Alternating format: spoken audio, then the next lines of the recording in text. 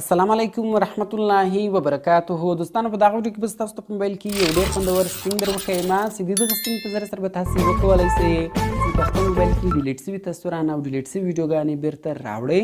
او دوستانو ګوره کله چې تاسو په خپل موبایل کې تصویران ډیلیټ کړئ یا ویډیوګانې ډیلیټ کړئ نو هغه بیرته بیا تاسو نشئ راوړلی. نو په دې ویډیو کې تاسو ته په سیمسنګ موبایلانو کې یو سټینګ درښیم چې دغه سټینګ په هر سیمسنګ موبایل کې موجوده ده چې د دغه سټینګ په ذریعه سره به تاسو وکولی شئ چې په خپل موبایل کې ډیلیټ شوي تصویران او ډیلیټ شوي ویډیوګانې بیرته راوړئ او کوم چې تاسې ډیلیټ کړي وي.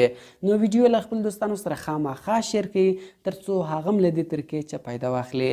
نو نور وخت مو نه اخلم، زه د ویډیو په طرف ویډیو شروع کوم.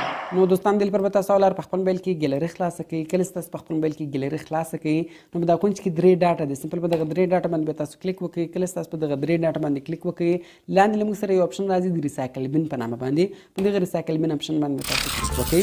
کله چې تاسو په ریسایکل بین اپشن باندې کلیک وکړئ نو دلته تاسو په خپل موبایل کې هر شی ډیلیټ کړی وي، کوم تصویران ډیلیټ کړي وي، کوم ویډیوګانې ډیلیټ کړي وي هغه به ټوله تاسو ته دلته راواړوي. کوم چیرې بیرته له دغه ځای ګیلري ته وړل بیرته مې ریکور کول، سمپل تاسو په هغه تصویر باندې کلیک کوئ. لاندې ریسټور بټن ده، سمپل دغه ریسټور بټن باندې کلیک کوئ نو هغه تصویر به بیرته ستاسو د موبایل په ګیلري کې شوي وي. نو راځو ګورو دوستانو په خپل موبایل کې زه یو شی ډیلیټوم چې هغه دا رښتیا هم دلته راځي که نه راځي. زه رالم ګل دلته دا تصویران سلیکټ کوم او دغه اته دانې تصویران ګوره دوستانو ما له دغه ځای څخه ډیلیټ کړو. ګوره دا له دغه ځای څخه ختم سو، له دغه ځای څخه ګوره تاسو کتلی شئ چې ډیلیټ سو.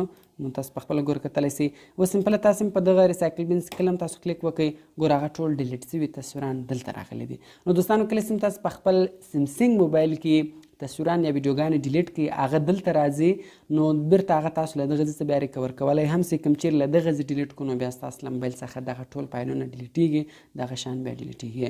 دوستانو دغه سټینګ په سیمسنګ موبایلانو کې راځي، نو په نورو موبایلانو کې په زیاتره موبایلانو کې په زیاتره موبایلانو کې نه، په هر سیمسنګ موبایل کې دغه سټینګ ارزانه وي.